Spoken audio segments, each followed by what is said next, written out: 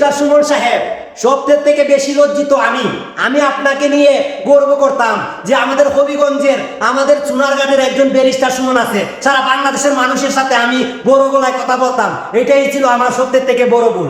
আজকে আমি আপনাকে নিয়ে কথা বলবো দূরের কথা, আপনার নাম উচ্চারণ করলে মানুষ আমাকে জুতার বাড়ি দিবে। কেন দিবে? কারণ ব্যারিস্টার সুমন সাহেবকে মানুষ যতটুকু আশা করেছিল ততটুকু পায় নাই। ব্যারিস্টার সুমন সাহেব, একবার ভাবছিলেন আপনি যে আপনার সরকার এইভাবে পতন হবে? আপনার সরকার, আপনার মা শেখ হাসিনা, হালাম্মা আম্মা এইভাবে কি ফালাই যাবো? একবার ভাবছিলেন? ভাবেন নাই। যদি ভাবতেন তাহলে আপনি আজকে হিরো হয়ে যাইতেন। ভাবেন নাই।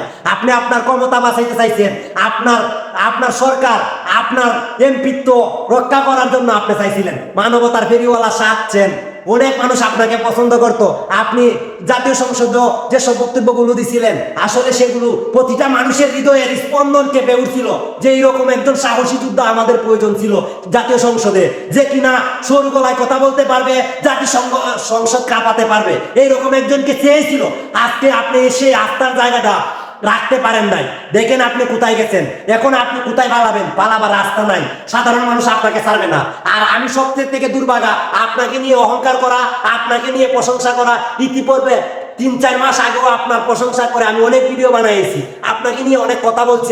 আমি প্রবাসীদের সাথে আপনাকে নিয়ে যুদ্ধ করেছি। এটাই ছিল আমার সবচেয়ে ভুল। সবাই আমাকে মাফ করবেন, ভালো থাকবেন। আর ব্যারিস্টার সুমনের মতো যত কুলাঙ্গার আছে, যত ব্যারিস্টার সুমনের মতো মানবতার পেরিওয়ালা আছে, সব দিলে জুতার বাড়ি, প্রত্যেকটা জুতার মধ্যে গু লাগাইবেন। গু লাগায় মুখের মধ্যে বাড়ি দিবেন, যেন দুর্গন্ধ ওর নাকে মুখে লাগে। ব্যারিস্টার সুমন সাহেব, চাইলে আজকে আপনি হিরো হইতে পারতেন। কি করছেন আপনি? কি করছেন? শুধু আপনার আম্মা শেখ হাসিনা আম্মার জন্য আজকে আপনার এই অবস্থা। আম্মাকে যদি আপনি এইরকম ভাবে সাপোর্ট না করতেন, আর আপনি বলছেন কি যে আমি আমার জীবন টাকা শেষ অবধি পর্যন্ত আমি আমার আম্মাকে টেগেল দিয়ে রাখবো, আমি আমার দলকে টেগেল দিয়ে রাখবো। এখন আপনার আম্মা কোথায়? এখন আপনার দল কোথায়? এখন আপনার আম্মা দিকিন আপনারা পালিয়ে চলে গেছে। এখন কোথায় আছেন আপনি? আপনাকে নিয়ে সত্যের থেকে বড় ভুল করছি আমি প্রবাস থেকে আপনার গুণগান গেয়েছি। বলছিলাম কি জানেন মানুষকে, যে আমাদের হবিগঞ্জের অহংকার, সারা বাংলাদেশের গৌরব একজন ব্যারিস্টার সুমন সাহেব আছে।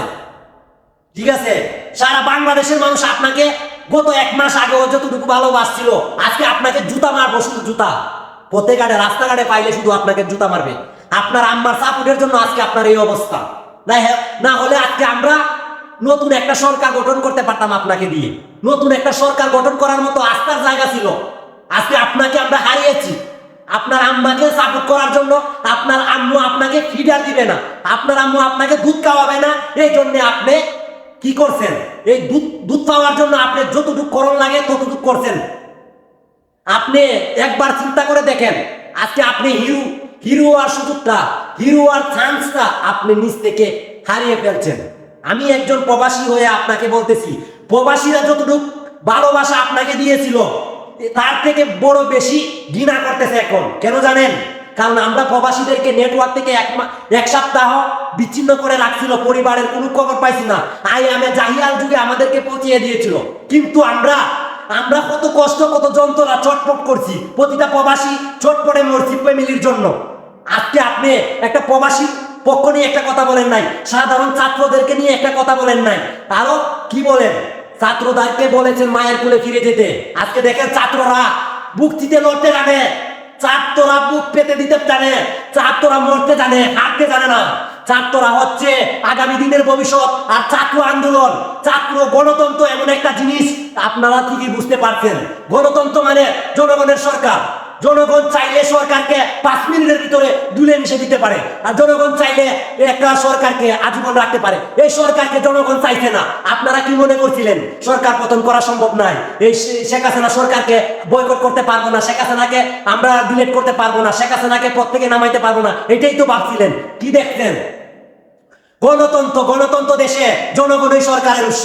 জনগণ চাইলে সবকিছু সম্ভব। আজকে যদি আপনি জনগণের পাশে থাকতেন, আজকে যদি জনগণকে আপনি সাপোর্ট দিয়ে দিতেন, আপনি যদি ছাত্রদের পাশে থাকতেন, তাহলে আপনার এই পরিস্থিতি দেখতে হতো না। আজকে আপনাকে নিয়ে আমরা গর্ব করতাম যে হবিগঞ্জের একটা কীর্তি সন্তান আছে। সারা বাংলাদেশের অহংকার ছিলেন আপনি। আপনাকে মানুষ গত 1 মাস আগেও যতটুকু ভালোবাসা দিয়েছিল, আসলে বলা বাহুল্য কতটুকু ভালোবাসা আপনাকে দিয়েছিল। আজকে যখন এই দেশের এইরকম ক্লান্তি লগ্নে আপনাকে বাংলাদেশের মানুষ পায় নাই, তখনই বুঝে গেছে আপনি এতদিন শুধু নিজের ছাত্র হাসিল করার জন্য দালালি করে আসছিলেন। এখন আপনি কোথায়? আমাদের হারুন কাকা দেখছেন কি অবস্থা। আর যে তো সব পুলিশ বাহিনী কুত্তালিক ছিল তাদের অবস্থা দেখতেছেন। সারাদিন কাজ করে বাসায় যখন আইসা ভিডিও গুলা দেখি তখন নিজের মনের মধ্যে শান্তি পাই যে এইটাই উচিত ছিল।